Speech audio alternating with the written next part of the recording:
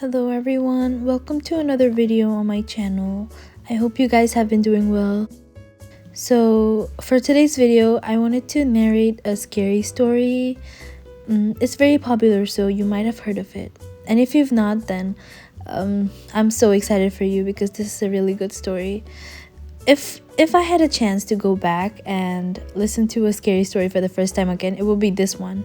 I mean, this is a pretty spooky story, so you might want to hide under the blankets or something while listening, or maybe grab your pet or a friend, but other than that, let's just get started. My grandparents lived in Japan. Every summer, my parents would take me there on holiday to visit them. They lived in a small village and they had a big backyard. I loved to play there during the summer.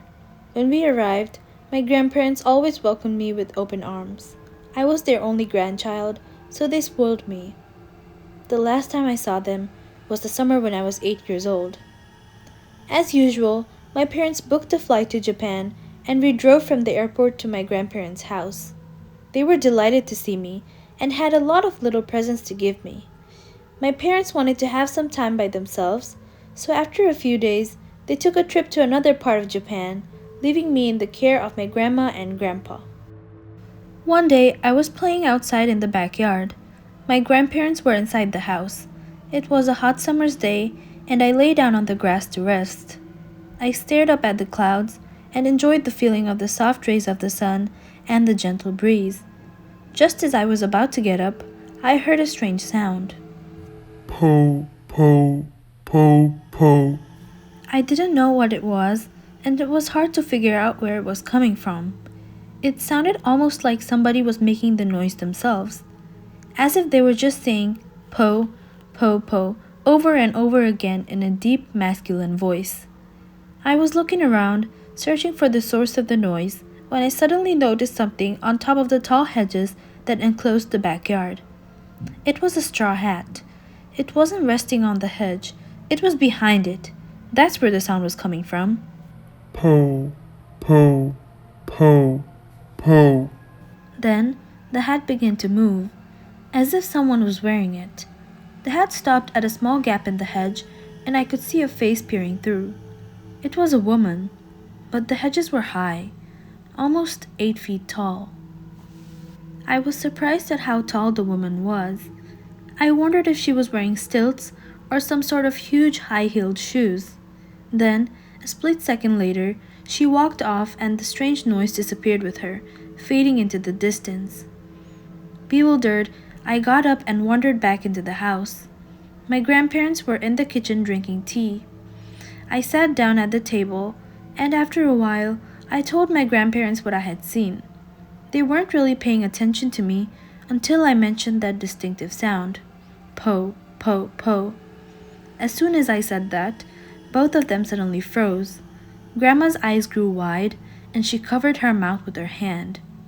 Grandpa's face became very serious, and he grabbed me by the arm. "This is very important," he said in an intense voice. "You must tell us exactly. How tall was she?" "As tall as the garden hedge," I replied, beginning to get scared. My grandfather bombarded me with questions. Where was she standing? When did this happen? What did you do? Did she see you? I tried to answer all his questions as best as I could. He suddenly rushed out to the hallway and made a phone call. I couldn't hear what he was saying. I looked over at my grandma and she was trembling. Grandpa came back, barging into the room, and spoke to my grandmother. "I've got to go out for a while," he said. "You must stay here with the child. Don't take your eyes off of him for a second." "What's going on, Grandpa?" I cried. He looked at me with a sad expression in his eyes and said, "You've been liked by Hachishaku-sama." With that, he hurried out, got into his truck, and drove off. I turned to my grandmother and cautiously asked, "Who's Hachishaku-sama?" "Don't worry," she replied in a shaking voice. "Grandpa will do something. There is no need for you to worry." As we sat down nervously in the kitchen, waiting for my grandfather to come back, she explained what was happening. She told me there was a dangerous thing that was haunting the area. They called it Hachishaku-sama because of its height. In Japanese, Hachishaku-sama means 8 feet tall. It takes on the appearance of an extremely tall woman, and it makes a sound like po, po, po, in a deep, masculine voice. It appears slightly different depending on who sees it. Some say it looks like a haggard old woman in a kimono, and others say it is a girl in a white funeral shroud. One thing that never changes is its height and the sound it makes. A long time ago, it was captured by monks, and they managed to confine it in a ruined building on the outskirts of the village. They trapped it using 4 small religious statues called jizos, and they placed it at the north, south, east, and west of the ruins, and it wasn't supposed to be able to move from there. However, it managed to escape. The last time it appeared was 15 years ago. My grandmother said that anyone who saw 8 feet tall was destined to die within a few days. It all sounded so crazy. I wasn't sure what to believe. When Grandpa came back, there was an old woman with him. She introduced herself as Kei-san and handed me a small crumpled piece of parchment saying, "Here, take this and hold it." Then she and Grandpa went upstairs to do something. I was left alone in the kitchen with my grandmother again. I needed to go to the toilet. Granny followed me to the bathroom and wouldn't let me shut the door. I was beginning to get really frightened by all this. After a while, Grandpa and Kei-san took me upstairs and brought me into my bedroom. The windows were covered in newspaper and lots of ancient runes had been written on all of them. There were small bowls of salt in all 4 corners of the room and a small Buddha figure placed at the center of the room on top of a wooden box. There was also a bright blue bucket. "What's the bucket for?" I asked. "That's for your pee and poo," Grandpa replied. Kei-san sat me down on the bed and said, "Soon the sun will be setting, so listen carefully. You must stay in this room until tomorrow morning. You must not come out, under any circumstances, until 7 o'clock tomorrow morning. Your grandmother and your grandfather will not speak to you or call you until then. Remember, do not leave the room for any reason until then. I will let your parents know what is going on." She spoke in such a grave tone that all I could do was quietly nod my head. "You have to follow Kei-san's instructions to the letter," Grandpa told me, "and never let go of the parchment she gave you. And if anything happens, pray to Buddha, and make sure you lock this door when we leave." They walked out into the hallway, and after saying goodbye to them, I closed the bedroom door and locked it. I turned on the TV and tried to watch, but I was so nervous I felt sick to my stomach.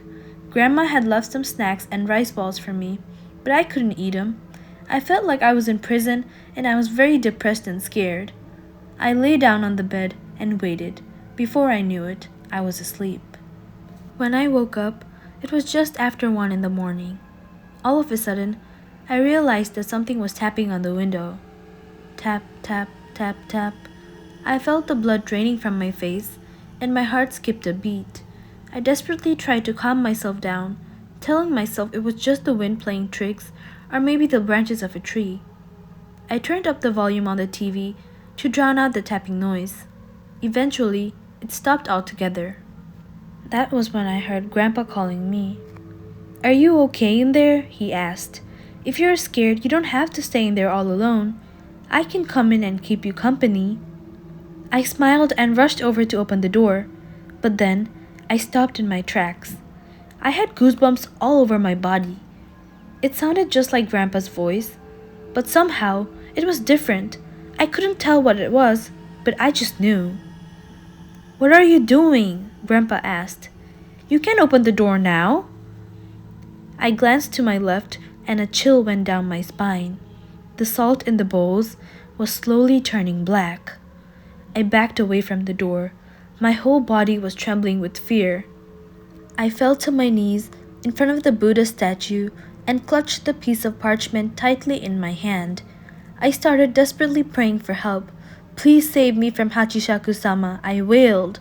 Then I heard the voice outside the door saying, Po, po, po, po. The tapping on the window started up again. I was overcome by fear, and I crouched there in front of the statue, half crying and half praying for the rest of the night. I felt like it would never end, but eventually it was morning. The salt in all four bowls was pitch black. I checked my watch. It was 7:30 a.m. I cautiously opened the door. Grandma and Keisan were standing outside waiting for me. When she saw my face, Grandma burst into tears. "I'm so glad you're still alive," she said. I went downstairs and was surprised to see my father and mother sitting in the kitchen. Grandpa came in and said, "Hurry up, we've got to get going." We went to the front door, and there was a large black van waiting in the driveway. Several men from the village were standing around it, pointing at me and whispering, "That's the boy." The van was a 9-seater, and they put me in the middle, surrounded by 8 men. Keisan was in the driver's seat. The man on my left looked down at me and said, "You've got yourself in quite a spot of trouble. I know you're probably worried. Just keep your head down and your eyes shut. We can't see it, but you can. Don't open your eyes until we've got you safely out of here." Grandpa drove in front, and my dad's car was following behind. When everyone was ready, our little convoy started moving. We were going fairly slow, around 20 kilometers per hour, or maybe less. After a while, Keisan said, "This is where it gets hard," and started muttering a prayer under her breath. That's when I heard the voice. Po, po, po, po. I clutched the parchment paper Keisan had given me tightly in my hand. I kept my head down, but I peeked outside. I saw a white dress fluttering in the breeze. It was moving along with the van.